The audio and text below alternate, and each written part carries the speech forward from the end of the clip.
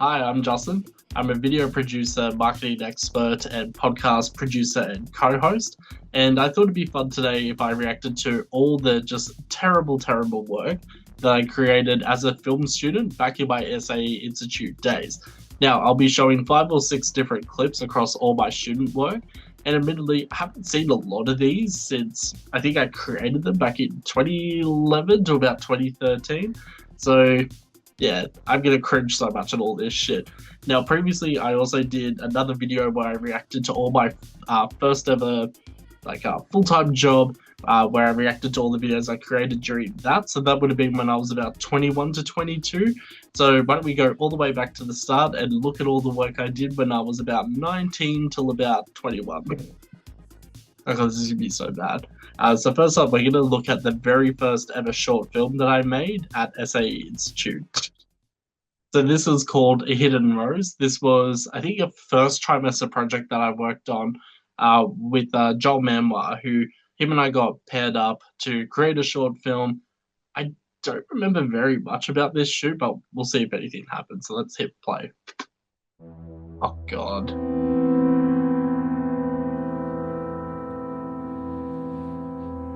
Oh, and that's Haley.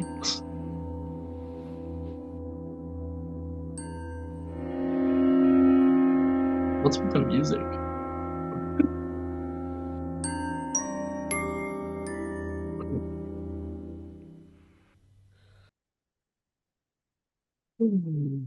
The dun dun dun dun. Such a stylistic choice. A shit stylistic choice at that, I'll say. It's so bad. I do remember now. So these scenes, they are purposely in black and white because when I shot this, I remember I shot these scenes with the camera. I was never good at cameras back in my student film days.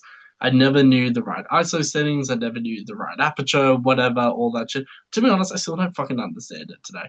That's why I hired someone else to do it.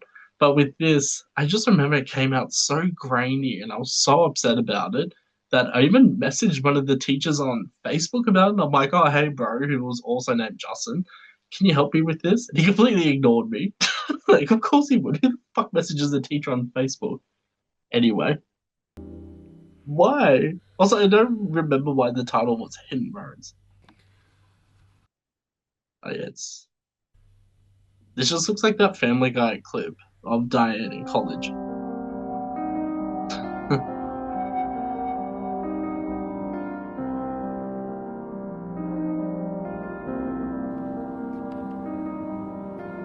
It's the same room with a Britney Spears circus bottle.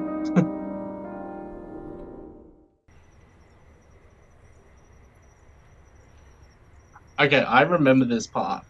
So this shot here, she's supposed to be having a flashback, but that's not clearly demonstrated. I remember this specific shot where it's panning upwards or whatever. So Joel had made friends with a whole bunch of other like trimester 5 and 6 students, and they were helping out with this shoot as well. And what they had like this massive crane or something for this one shot, and I remember thinking it's a bit overkill for a student film, but that's what you do as a filmmaker. Whereas at the time, I was very much like, yeah, I got this. I don't really care about this. My skills in editing, so I thought. Look at this. This is not very good editing. Anyway.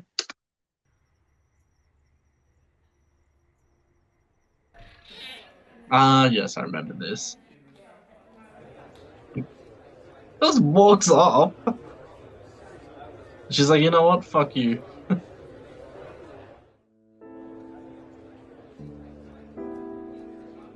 Again, some of my camera work, which is very shaky at best. The contrast doesn't even match. Oh, she mad. She really mad.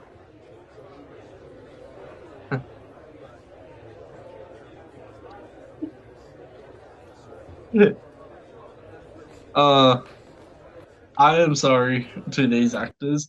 Haley Sewell, you did the best that you could with such a student script. I mean, this was the very first ever short film. But poor Dominic. I remember Dominic being a really nice person. Um, but it's obvious we should have directed him to not act so childish, actually have some range of emotions. Anyway, I actually really like this shot that's coming up. Run into the night, Haley. Product placement for VO5, I guess. Also, just as an FYI, Haley Sewell is an actor director, so she was in my film class, easily miles above everyone else, both in maturity and actual filmmaking skills.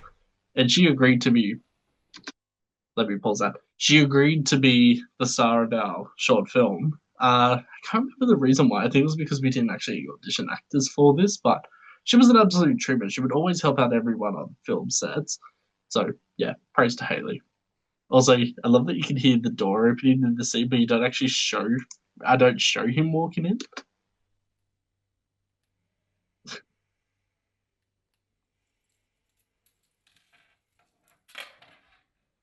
Yeah, he just walks in.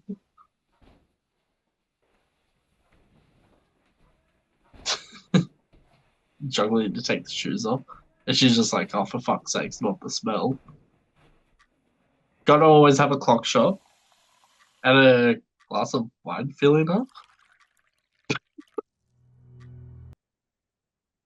Why is there a random shot of a wine glass filling up? Like, I don't get it. Why did I film this?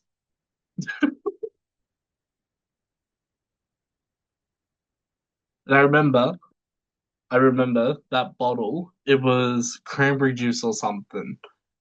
Just we forgot to buy a bottle of wine to make it look like wine.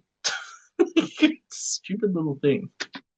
I remember I did this shot, and I don't know why. I really wanted the what do you call it, the pen or whatever.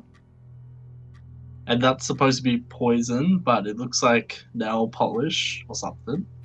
Poor Haley.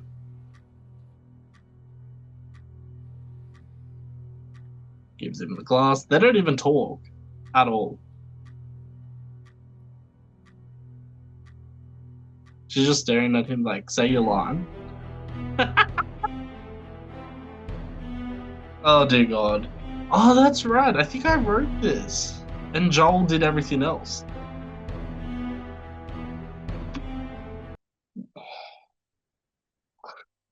Bloody hell. This is so bad. I remember writing this and oh, that was the challenge. So the whole challenge with this assignment was it had to be a silent film. Weren't allowed to have dialogue, weren't allowed to show people speaking, but there were other people in the class who did it much, much better. Um, I'm trying to remember their names. There was Ash and Calvin, Kaz, Mandela, uh, Seth, and they.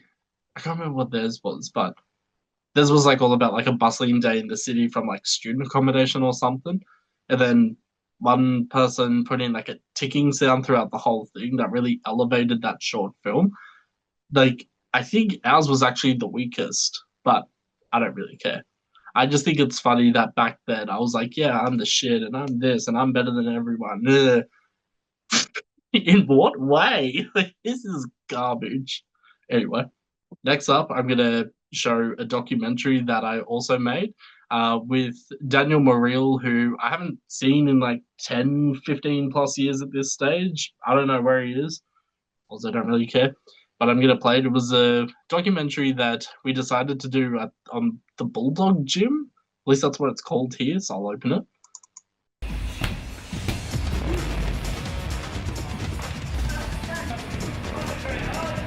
Muay Thai, a self-defense martial art hailing from Thailand that has evolved into one of the world's most popular contact sport. It is known as the art of 8 limbs due to its use of punches, kicks, elbows and knee strikes, thus 8 points of contact.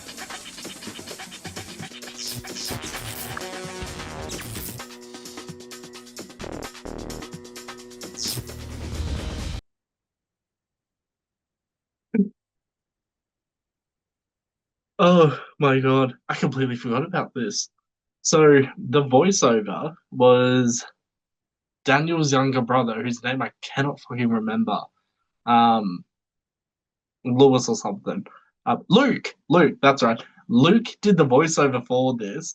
And then I remember, I think this was the actual logo for Bulldog Gym. And this one, I think it looks like it's done in paint. I don't know, but the glowing red eye, I mean, ooh.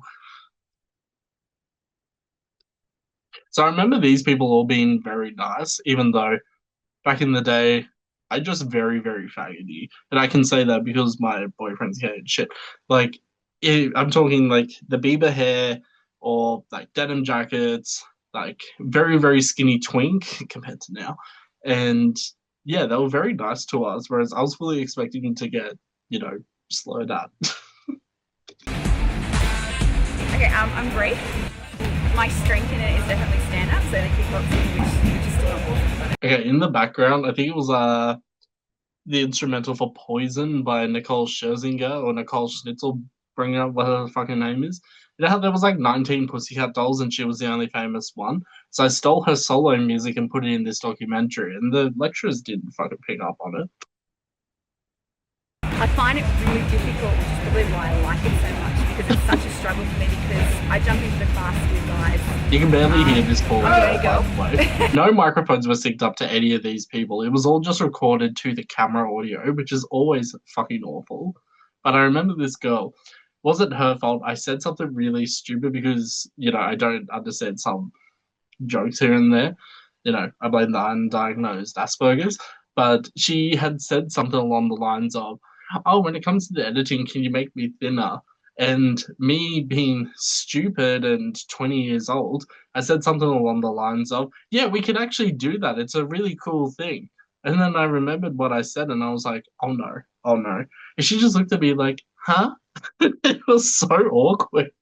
So what I would change about that entire fucking documentary is I would actually take an angle to it that shows these people in action without the use of crappy slow-mo, which, by the way, was not filmed right in the first place, and also do it so that you can actually hear them talk properly, not this... Like, the audio is so shit. Dear God. Anyway, let's move on to the next one. This is the music video for Shut Me Out by Sally Grace. Now, Sally Grace also goes by Sally Miller. She was a recording artist, but I think she's now a travel blogger. I'm still friends with her on Facebook, and I've seen her and I think her now husband or fiance. They do a lot of content on YouTube that's around like traveling hacks, things like that. She's hands down one of the most loveliest people, one of the most down-to-earth people. And we met through Star Now, which is a website to get actors, actresses, hire crew, that type of thing. And we met because she had posted an ad for a song she had made called Flirty. And then I mentioned that I was doing a music video subject for one of my trimesters at SAE. And I proposed to her that I do a music video for her for free. And she said yes, which I was very happy about. But instead she wanted to do Shut Me Out, which is not a typical poppy dance track like with Flirty. So came around with some ideas for this. And a lot of things happened during the filming that didn't go to plan, which I'll get into. So I'll play this from the start. Yeah, typo cups, the dominoes. Hold on. Me trying to act all straight with a cigarette behind my ear and the beanie. Like, sis, it is not. No. There is no way that is straight. She looks amazing as always. Then us fake fighting. And she's getting all up in my face. And then me punching a woman. I knocked the highlights out of her hair.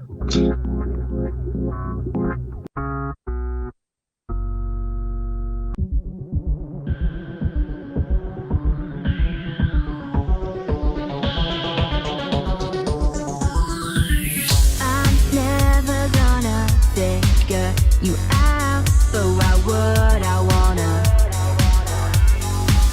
You're never gonna let me in, and I just can't win. I've had enough, it's not okay. I don't deserve to be treated this way. Just shut Okay, so love this song to death. And even if she wasn't my friend, I'd still love it anyway because it's a bop. But this mirror scene, I don't know what it was at the time, but in all my student work, I had always involved mirrors of some kind. And it was like broken reflections, or it'd be like here she's in the black dress with her long hair. In the mirror version, she's got like, I guess, a Clockwork Orange style styling to it. She styled herself. She looks amazing as always. And then I remember turning up to the film shoot and realizing, oh shit, I don't actually have a plan. Like I had some ideas and concepts in mind, but the idea of actually filming this, I was completely lost. And because of that, this music video should have been stellar and incredible, especially for an artist like her. But I felt like I let her down. Also, I remember her boyfriend at the time, he agreed to be in the music video and he didn't show up. And so as a result, I had to step in and play the boyfriend. It's just so bad. And I also had an on-set photographer who was Jotham. Fucking love Jotham so much.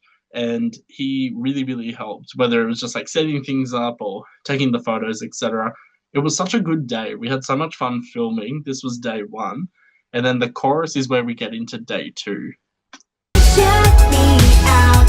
I'm even more alone when you are around. You feel your walls up, and I just can't tear them down 'cause you shut me up and shut me out.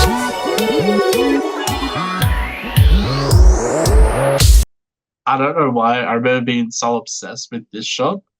The like the vibrating or whatever. I remember thinking that was so cool. And now I look at it and I'm like, yeah, it kind of matches with the song, but I wish everything else matched with the song. Likewise, the chorus part, I remember I had her very brightly colored. It's not as vibrant as it needs to be. And I can't remember the stylistic choice I made for that. But yeah, I would do this completely different right now with the skills I have now compared to the lack of skills I had back then. Can't believe that I keep running back to you, just like deja vu.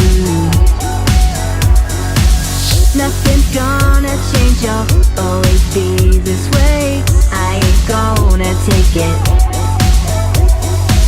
Tumblr Queen, honestly, love it. Like this entire look is exactly what 2012 was all about, especially the like grunge Tumblr era style where it's like ripped fishnets and the Doc Marten boots. Ah, love it. But yeah, at the same time, again, what is with this thing with like the mirrored images? Like I'm not even talking about the use of a mirror. Like I'm talking about having the split screen view or whatever where it's like divided. And I mean, you could look at it from a semantics point of view and be like, which path is she gonna choose? But that still doesn't make sense. Like, there's a lot of things that I've done in my student film work that I think, my lord. Anyway. I've had enough, it's not okay. I don't deserve to be treated this way. You just shut me out. I'm even more alone when you are around. You feel your walls up, and I just can't tear them down 'cause you shut me up and shut me out. Make me think again. Yeah, I would do that completely differently from now on. Also, whenever I'm reacting to these videos, I hope that the actors, actresses, video stars, music artists, etc. don't take offense, because the fault in these are never you guys. It's actually me as a director, so I want to make that very clear. Also, massive mistake found here. So just after this shot, she's got the empty suitcase, none of the drawers are open, and in the very next shot, the drawers are open. See, there's like 1, 2, 3, 4, 5 drawers open. Again. So why weren't you there? Something has to change. Can't keep going this way. Can't take it no more. Walking out the door, 'cause it's not okay. Don't you treat me this way? What I don't understand about the framing, apart from everything else in this video, is the fact that the way I've positioned Sally is that her eyeline's so close to the top here, whereas it should be in the top third, on the line of the top third. It's like very basic things you learn in film school. Like, whereas there's shots here where Like, again, she's too close to the top. I think, yeah, he cut her face out completely for some reason. And again, that's not her fault, that's my fault. Just shut me out. I'm even more alone when you are around. You build your walls up, and I just can't tear them down 'cause you shut me up and shut me out. Just shut me out. I'm even more alone when you are around. You build your walls up, and I just can't tear them down 'cause you shut me up and shut me out. Like, again, I've cut her face out. That must have been so frustrating to see. And also, like, the difference with here, like, I've put it in reverse, woo, to make the dominoes appear back to normal. But again, the phone shouldn't be there. The cherry in the background shouldn't be there either. Like, this should have been set up more professionally. And I think here, like, there's the green, the red, and the blue. That's the way it should have been from the start. I should have increased the contrast so it actually matches when she goes into full color. But instead, it's not. Like, it's little bugbear things like that that annoy me. Honestly, I would do this entire music video completely different. Like, very, very different. So, we'll move on. Alright, this next one, I don't remember what assignment specifically it was for with uni, but it's called Narcolepsy. I don't remember what it was for, but I remember the family I lived with who were the Mariels. So Daniel Mariel, who also did the Bulldog gym documentary. I think these were his cousins or something that were related to the family somehow. They could have just been family friends, but they agreed to be part of this, so we'll watch it. Thank you so much for tonight. I had a great time. Yeah, me too. Sorry about what that waiter said. That was. Don't worry about it. He's a jerk. At the end of the day, I'm coming home with you. So. Oh my god, this is so blurry. I remember them both being very lovely people. The camera is so blurry in this. Like, you can barely make out her facial features. Did you mind if I freshen up in the bathroom? Sure, yeah, first door on your left. Thanks. I think you can hear me breathing in the background. Thanks, sleep apnea.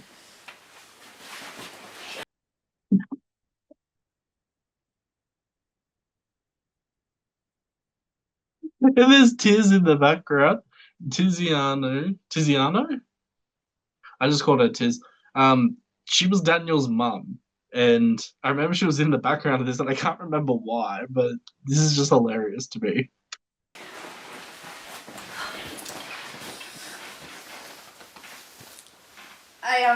Just before we started, I just wanted to tell you something. Yeah, sure. Um, Oh, wait.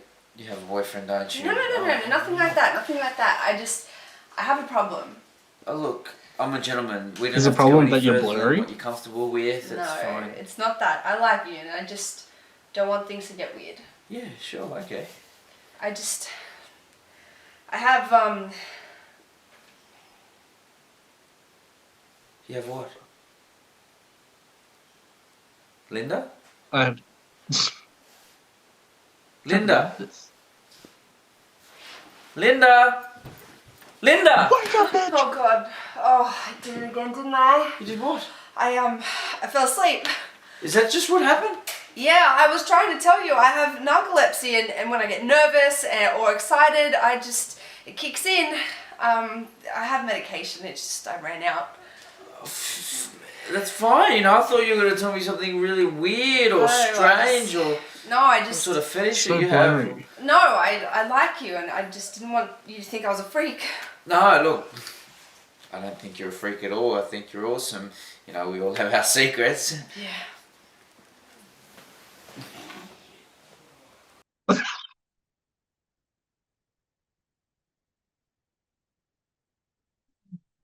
What was this for? I don't remember. What the fuck was the narcolepsy thing for?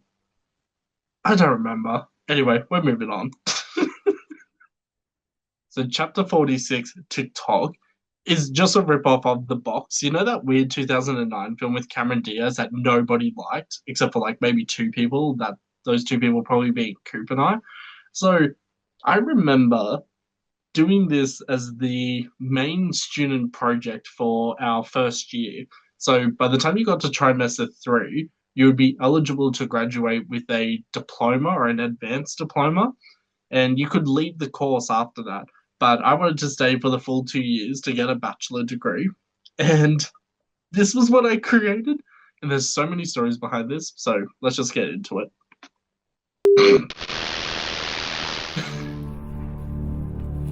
Oh dear God.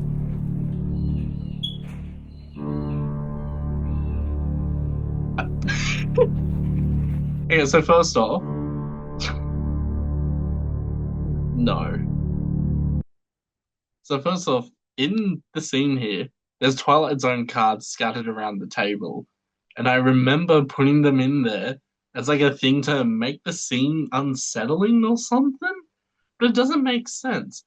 Also, the fact that she's got this textbook or whatever it is and some notepad, like there was no direction with this again. So this was the thing where I had a written script, and instead I freaked out at the last second, I think 2 days before the shoot, and decided to turn this into a trailer as opposed to an actual episode or whatever the fuck I was supposed to be filming. Yeah, it was painful. But also, I'm just going to take it back to this first clip. So this case is actually the camera case that they lend you from the camera department at SAE Institute that you are supposed to take care of. You know, you keep all the cameras in there with like thick padding, etc. at all times. And again, this is in black and white. This is the exact same as the first ever short film. Like, no. And everything's out of focus again, like blurry as hell. And then I remember the actress Linda. Yeah, Linda. She was great. I worked with her on a few different productions. You can hear the smoke alarm.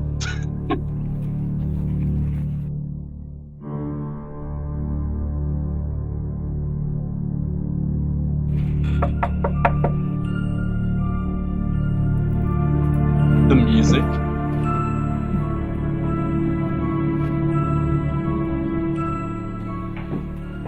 He's just waiting. Hi. Grace here. May I come in? How do you know my name? Please. I have a proposition. He's just like, I don't care, bitch, move. Oh god, not the shirt. Are you a new landlord? Are you our new landlord? Oh, bitch, doesn't look like it. What the fuck is on the dirty dishes? I don't understand. How do you know my name? I like your beard, man. We need to talk. You didn't answer my question. Shut up, just let him talk. So, my dad sent you? And them two just appear out of nowhere. This is how badly planned this was. If planned at all. Like, honestly, this is so bad. I think A Hidden Rose is actually better than this shit. And also, shout out to the actors, because I know for a fact they turned up on the day super early, they were very prepared, and they didn't really get anything in return for their show reel, so thankfully I actually paid them, because, you know, I actually pay all my filmmakers. Let's get that. Dad sent you? Come here to offer you a proposition. This switch is a device that I have created. When you activate it, two things will happen. You can't even see the Firstly, switch. Someone in the world whom you don't know will die. Secondly, you will receive $3 million. You have 60 minutes. You expect us to believe this? There's no logical reasoning behind this. It's not scientific. This is impossible. This is impossible, the Earth being round, or man conquering the skies. Ah, poor Linda. Linda, thank you so much for joining me on this short film, because you and the other two actors really helped create this. Otherwise, this would have been straight up garbage. It still is a little bit of garbage, but at least your acting helped try to save this. Well, logically. Wait. How does it work? How does it kill someone? I figured it out. You're a hitman, aren't you? You have 58 minutes remaining. 8:15 in the morning, and they're all dressed like that.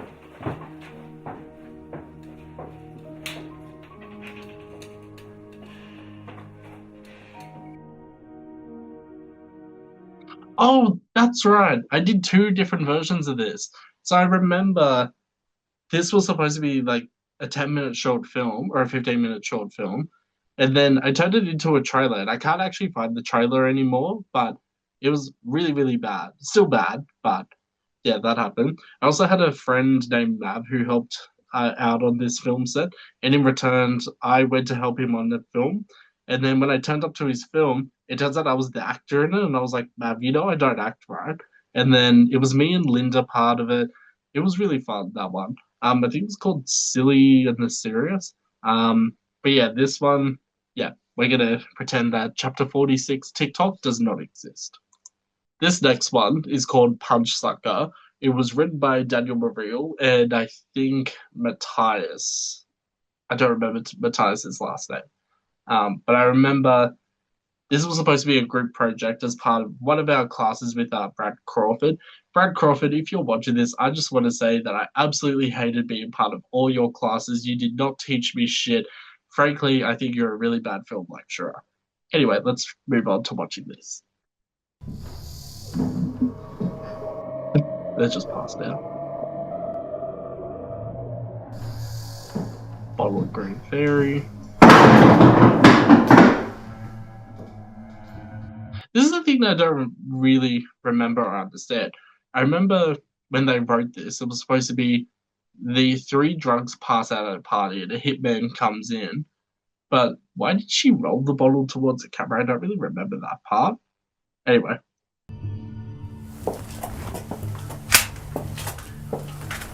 Rise and shine. Don't bother squirming.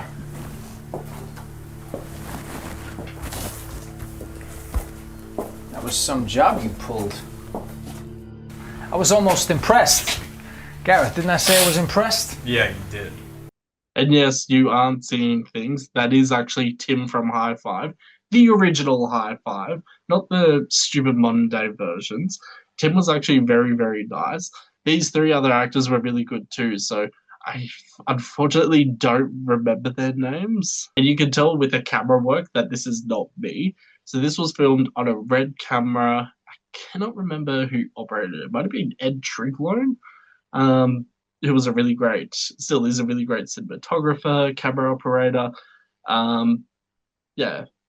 I think my role in this was literally stagehand or like clapper because I did want to have like a big part in terms of like filming for obvious reasons. Your plan did lack one crucial ingredient. Brains. Come again?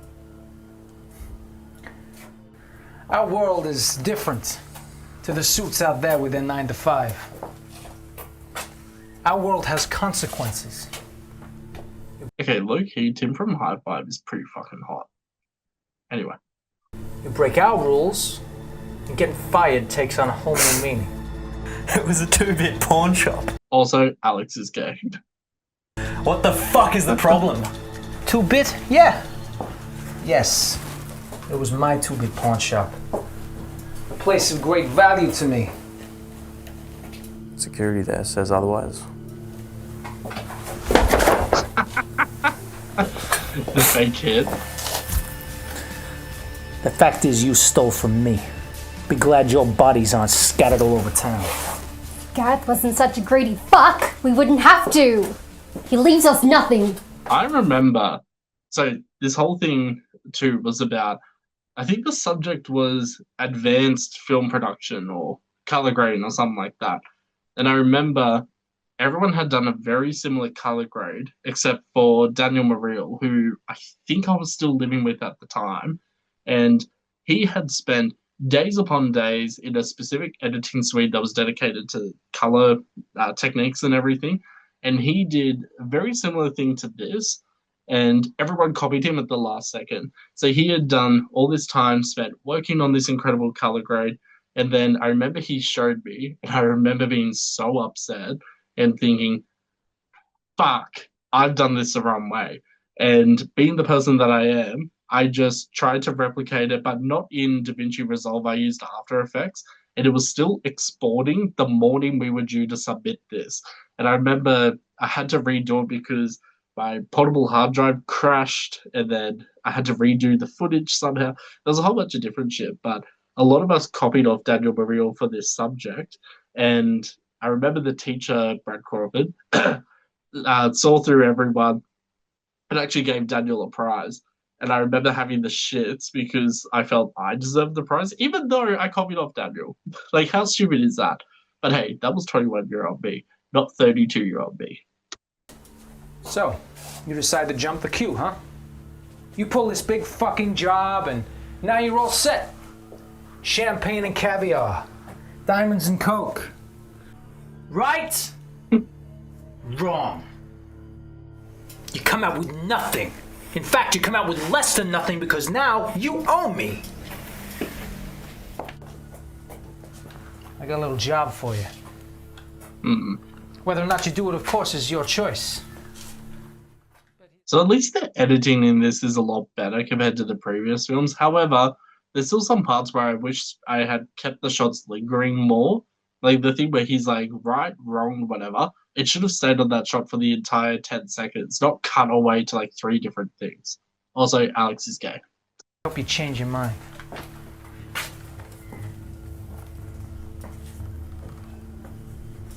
Down there.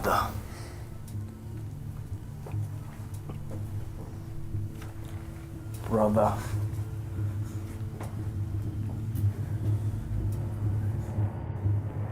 Son. Here's the rules. You do Sean, the job, that was his name. Sean. somebody you love dies. You show up late, they die. You show up empty-handed, you both die. You don't show up at all, and you spend the rest of your very fucking short life running.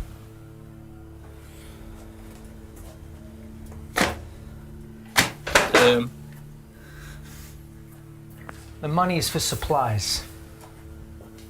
Your only point of contact, and I do mean only point of contact, is Gareth. You're to report to him daily. You miss a call, you call late, or you force him to call you, and everybody loses a body part. Have I made myself crystal fucking clear? Good. Get to work. I'm sorry, I can't take Tim seriously, especially when I used to see him dance everything being like, hi, hi, hi, hi, for like 5 years of my childhood.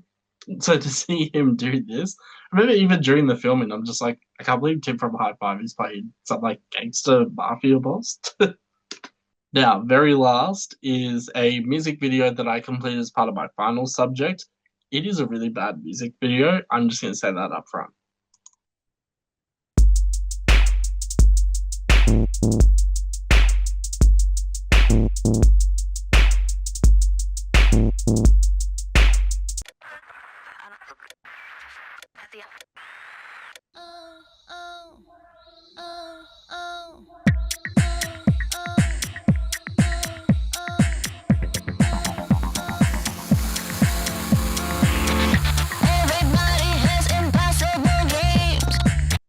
Again, the mirrors.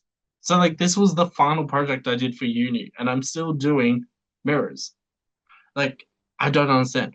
What is it with me and mirrors? Anyway. But this music video, so I remember I'd started full-time work at JMC in my final trimester, and this final trimester was just the creative project portion. And I remember you had to do a thesis as part of it. So I did this 75-page thesis about sexuality in music videos, because this is going back to 2013, late 2013. So it was things like Miley Cyrus and Wrecking Ball, where she's like licking the sledgehammer. And then it was a whole lot of racing music videos that have happened with the rise of like Katy Perry, Lady Gaga, Britney Spears. And I remember thinking, I want to do a thesis showing that sexuality in music videos, even when explicit, is kind of unnecessary, but also iconic. It was a very confusing project. So this is also a very confusing music video.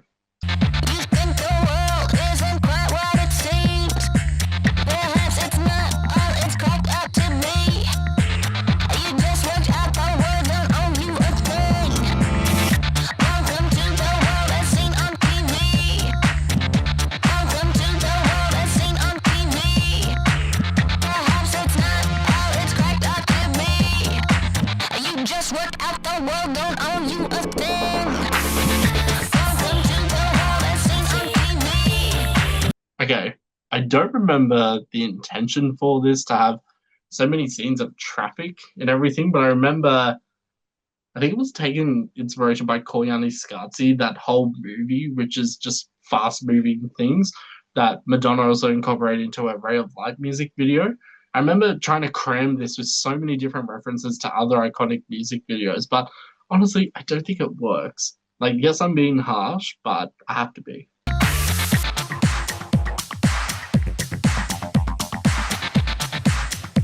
That's my little brother and sister. So I remember filming this at my parents' house back in Nambucca Heads in 2013, and I had 1 week to film this music video, get it edited and everything, by the time, and also do the thesis, because it was the only time I could get off work, having just started a full-time role.